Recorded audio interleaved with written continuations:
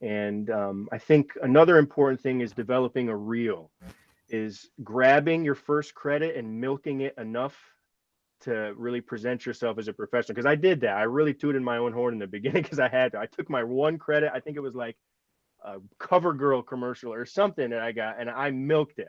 Had a graphic made and put it on the website, made a reel, and now you have SoundCloud playlists and different playlist reels you can make. So I think developing a reel helped me a lot. And Let, developing. let me jump in. Let's talk about that for a second. That's Mm, something that I've talked about in the past. And my super producer, important. Gary Gray, and I did like a 30-minute video on this exact topic. Can you Mm. talk about why, in your opinion, that's so effective? Why do you think that helps so much? Yeah, that's a great question, and it's a great topic because the practical tips are really important. I think what it does is it makes the composer and the artist or the publisher seem organized and seem professional. Um, because I think that's what a lot of these supervisors are looking for. They're looking for someone to just quickly get the job done. They don't want to ask questions. They don't want you to ask them what perp means. They don't want you to add, like, they just want someone who's organized and names their tracks well with proper punctuation, with the email. So when your reel has these things, and you could do a private, I still use private SoundCloud playlists. I send like 3 or 4 of them out a week, and you could cater the SoundCloud playlist to specific clients, and you could name the playlist too, like to Emily, like that, and you could see when they listen to it. So 10 days later, you could follow up. Hey, I saw you listen to my track once. Do you like it? You need something else? And you can make a new playlist. But when you organize it, it makes you seem more professional.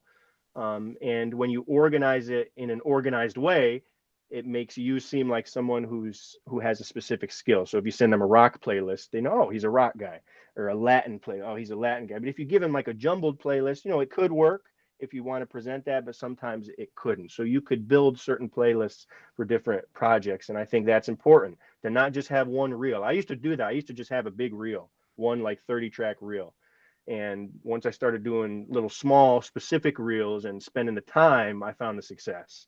So a reel is incredibly important. Every composer should have a good specific reel. And you could check my websites and SoundCloud to see how I organize it. And it's even more organized in my private SoundClouds. But if anybody wants as an example, it'd be important. Some people use Dropbox.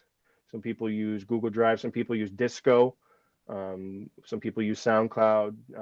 A friend of mine made a software called Reel Crafter, which is designed specifically for composers, where you could put a video on one side and audio on one side. So if you're a film composer, you could have a video reel, which is another important thing. Once you're able to find your music on TV, make a video reel. Editors, people love that. People love the video reel. So you could put a video and audio. So that's called Reel Crafter. So those are several resources I think people, after this interview, if you don't have the reel, take an hour and build it and use these resources, I would say.